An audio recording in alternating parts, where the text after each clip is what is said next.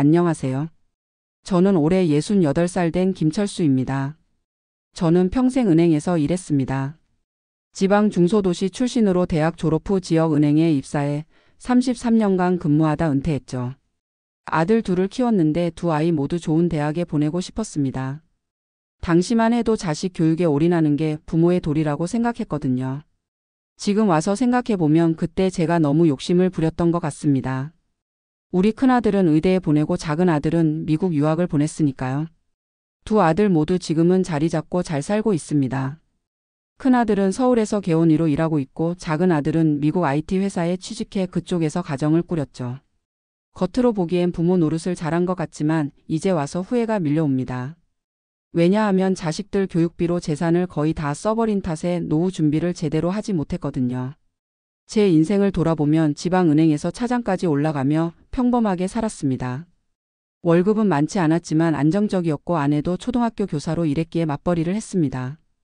우리 부부는 검소하게 살면서 자식 교육에만 모든 것을 쏟았어요. 그러다 보니 정작 우리의 노후는 준비하지 못했습니다. 큰아들이 의대에 들어갔을 때가 기억납니다. 의대 등록금이 얼마나 비싼지 아시나요? 일반 대학의 2배는 넘었죠. 게다가 의대생들은 공부에 집중해야 하니 아르바이트도 못합니다. 매달 생활비도 꽤 보내줬어요. 작은 아들은 고등학교 때부터 유학 준비를 했습니다. 영어 학원비만 해도 만만치 않았는데 미국 대학에 합격한 후에는 더 큰 비용이 들었죠. 미국 대학 학비와 생활비는 정말 어마어마했습니다. 그때는 정신없이 돈을 보내기만 했네요. 은행에서 받는 월급과 아내의 교사 월급으로는 턱없이 부족했습니다. 결국 우리가 살던 아파트를 담보로 대출을 받고 나중에는 아파트를 팔아 전세로 이사했습니다. 퇴직 후에는 퇴직금 대부분을 자식들에게 보냈습니다. 큰아들이 전공의 생활을 마치고 개원할 때 시드머니가 필요했고 작은 아들은 미국에서 집을 구할 때 도움이 필요했거든요. 그 당시에는 당연하다고 생각했습니다. 자식들이 잘 되는 게 부모의 보람이라고 생각했으니까요. 하지만 지금 68살이 된 저는 그 선택을 후회하고 있습니다. 은퇴 후 10년이 지났는데 국민연금으로는 생활이 빠듯합니다.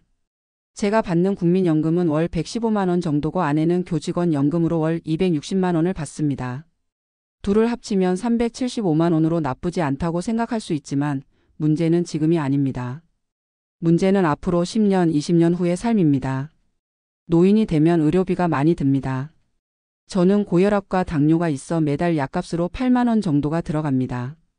아내는 아직 건강하지만 나이가 들면 누구나 병원 신세를 지게 마련이죠. 더 큰 문제는 우리가 자가가 아닌 전세에 살고 있다는 점입니다. 전세 가격은 계속 오르는데 우리의 노후 자금은 한정되어 있습니다. 언젠가는 월세로 전환해야 할 텐데 그렇게 되면 생활비가 더욱 빠듯해질 겁니다. 가끔 친구들을 만나면 그들의 노후 생활이 부럽습니다. 대부분 자식 교육에 적당히 투자하고 자신들의 노후도 챙겼더군요. 자기 집에 살면서 취미생활도 즐기고 때로는 해외여행도 다닙니다. 반면 저희 부부는 여행은커녕 외식도 자제하며 절약해야 하는 상황입니다. 얼마 전 몸이 안 좋아 큰 병원에 갔는데 MRI 검사비가 너무 비싸서 놀랐습니다. 건강보험이 적용되어도 본인 부담금이 35만 원이나 나왔어요. 그런 검사가 자주 필요해지면 어떻게 감당할지 걱정됩니다. 자식들에게 도움을 청하는 것도 고민했지만 쉽지 않은 결정입니다. 큰아들은 개원이로 겉으로는 잘 살지만 병원 운영비와 대출 상환으로 여유가 없다고 합니다. 작은 아들은 미국에 살다 보니 물리적으로도 멀고 자기 가정도 꾸려야 해서 부담스러울 겁니다. 무엇보다 자식들에게 경제적으로 의존하는 것은 제 자존심이 허락하지 않습니다. 제가 그들을 위해 모든 것을 바쳤다고 해서 그들에게 같은 것을 기대하는 건 옳지 않다고 생각합니다. 제 선택이었으니 책임도 제가 져야죠. 어느 날 밤 아내와 이런 고민을 나누었습니다. 아내도 비슷한 생각을 하고 있었더군요. 여보, 우리가 너무 자식들한테만 올인한 것 같아요. 그래, 나도 그 생각을 많이 해. 지금 와서 후회해도 소용없지만 앞으로 10년, 20년 더 살아야 하는데 걱정이에요. 나도 알아. 특히 의료비가 많이 들어갈 텐데. 결국 우리는 새로운 계획을 세우기로 했습니다. 우선 지금 살고 있는 전세 대신 좀 더 작은 주택으로 이사를 고려하기로 했습니다. 남은 전세금으로 조금이라도 투자해 수입을 늘리려고요. 또한 제가 아직 체력이 남아있을 때 일자리를 찾아보기로 했습니다.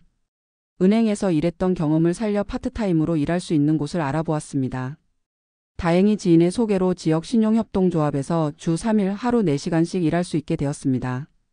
월급은 90만 원 정도지만 그래도 도움이 됩니다. 아내도 퇴직 교사를 위한 방과 후 학습 지도 프로그램에 참여해 약간의 수입을 올리고 있습니다. 이렇게 노력하면서도 미래에 대한 불안은 여전합니다. 특히 건강이 더 나빠져서 일을 못하게 되면 어떻게 될지, 의료비는 어떻게 감당할지 걱정됩니다.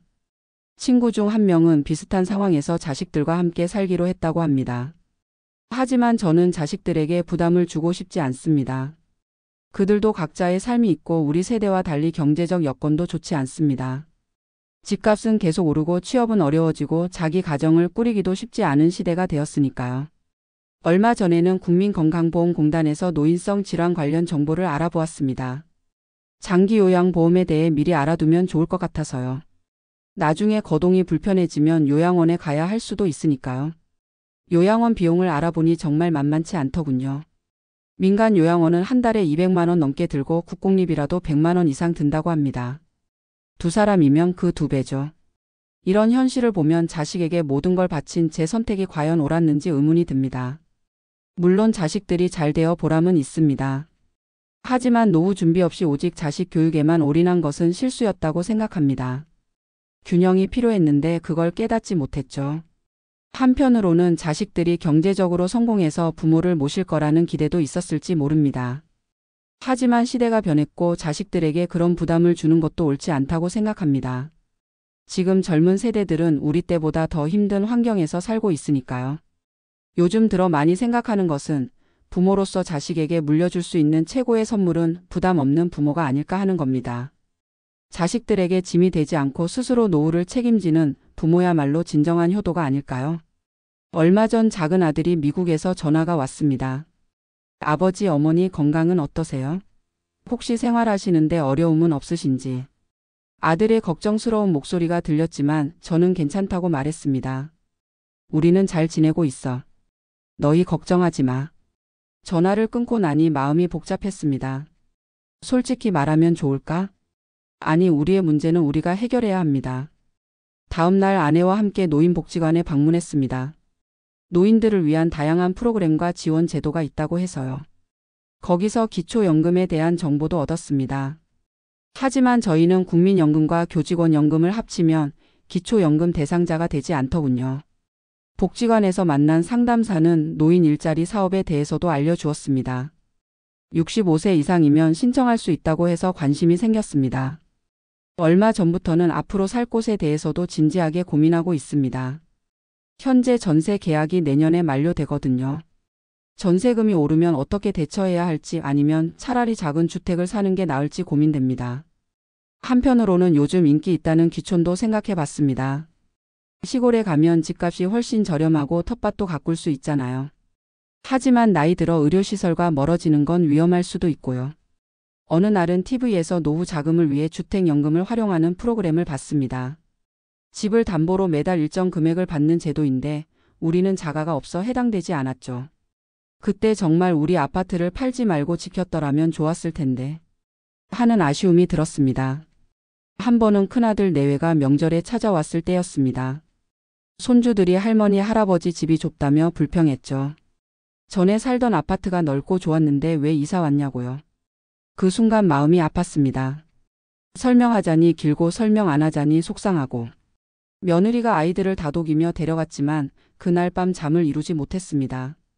자식들을 위해 희생한 것이 부끄러운 일은 아닌데 왜 이렇게 서글픈 마음이 드는 걸까요? 며칠 전에는 동창회에 다녀왔습니다. 다들 비슷한 나이에 은퇴했지만 노후 생활의 차이가 느껴졌습니다. 자기 집에 살며 취미 생활을 즐기는 친구들이 부러웠어요. 한 친구는 골프를 치러 다니고 또 다른 친구는 해외여행 계획을 세우고 있었습니다. 반면 저는 생활비 걱정에 외식도 부담스러운 상황이니까요. 집에 돌아와 아내에게 말했습니다.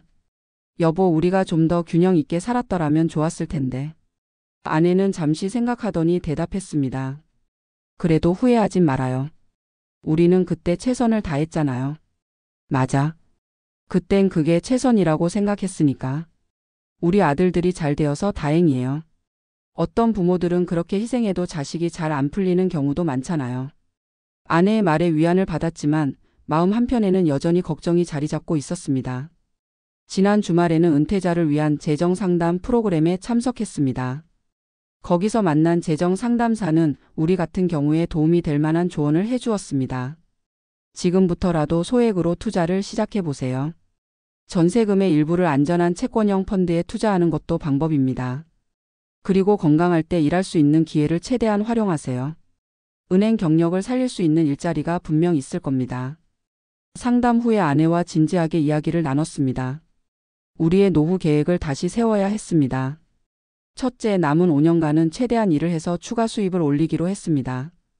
둘째, 전세 계약이 만료되면 좀 더 작고 관리비가 적게 드는 곳으로 이사하기로 했습니다. 셋째, 남은 자금으로 안전한 투자를 시작해 조금이라도 수익을 올리기로 했습니다. 넷째, 건강관리에 더욱 신경 쓰기로 했습니다. 무엇보다 더 이상 자식들에게 부담을 주지 않는 것이 중요했습니다. 저는 이제 제 선택을 후회하기보다는 남은 인생을 어떻게 의미 있게 살 것인가에 집중하려고 합니다. 자식들을 위한 희생이 결코 잘못된 것은 아니었지만 균형을 찾지 못한 점은 인정해야겠죠. 요즘은 퇴직 후 취미로 그림을 그리기 시작했습니다. 비용이 많이 들지 않으면서도 즐거움을 주는 활동이라 좋아요. 동네 문화센터에서 무료로 제공하는 강좌를 듣고 있는데 같은 처지의 친구들도 만나고 재미있습니다. 아내는 손뜨개를 배워서 손주들 선물도 만들고 이웃들과 함께 모여 수다도 떱니다. 이렇게 소소한 행복을 찾아가는 중이지만 경제적인 불안은 여전합니다. 가끔은 밤에 잠이 안 올 때가 있어요.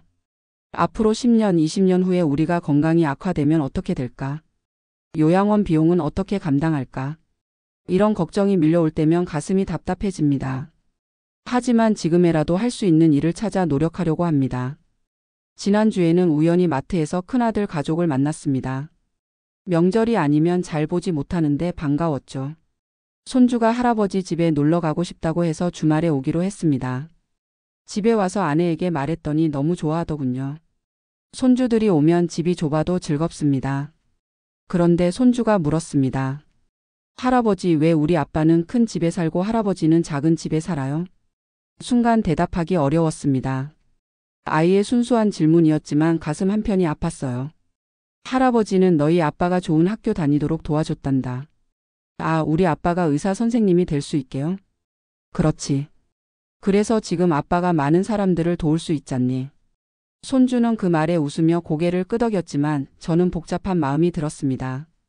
제가 잘한 걸까요? 다른 선택을 했다면 어땠을까요? 자식들이 조금 덜 좋은 학교를 나와도 제 노후가 안정적이었다면 더 좋지 않았을까요? 흔히들 자식 농사 잘 지었다고 하지만 정작 부모의 행복은 어디에 있는 걸까요? 저는 이런 경험을 통해 깨달은 점이 있습니다. 첫째, 자식 교육에 투자하는 것은 중요하지만 자신의 노후까지 희생할 필요는 없습니다. 둘째, 아무리 자식이 잘 되어도 부모의 노후는 부모 스스로 준비해야 합니다. 셋째, 행복은 물질적인 풍요만으로 오지 않지만 기본적인 경제적 안정은 필요합니다. 이제 저는 남은 인생을 어떻게 살아갈지 고민하고 있습니다. 비록 경제적으로는 넉넉하지 않지만 아직 건강이 있고 일할 수 있는 능력이 있습니다. 그리고 무엇보다 서로를 의지할 수 있는 아내가 있습니다. 우리 부부는 서로에게 의지하며 앞으로의 삶을 준비하려고 합니다. 자식들에게 짐이 되지 않게 우리의 삶도 소중히 여기는 방법을 찾고 있습니다. 가끔 자식들이 도움을 주겠다고 하지만 가능한 한 스스로 해결하려고 합니다. 그것이 부모로서의 마지막 자존심이자 책임이라고 생각하기 때문입니다. 이 글을 읽는 분들께 말씀드리고 싶습니다. 자식을 위한 희생은 아름답지만 자신의 노후도 함께 준비하세요. 균형 잡힌 삶의 계획이 필요합니다. 자식들은 결국 자신의 길을 가고 남는 건 부부 둘뿐입니다.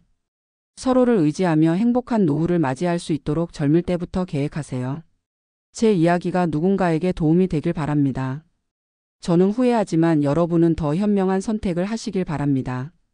자식 사랑도 중요하지만 자신을 위한 사랑도 잊지 마세요. 그래야 진정한 행복이 찾아올 테니까요. 감사합니다.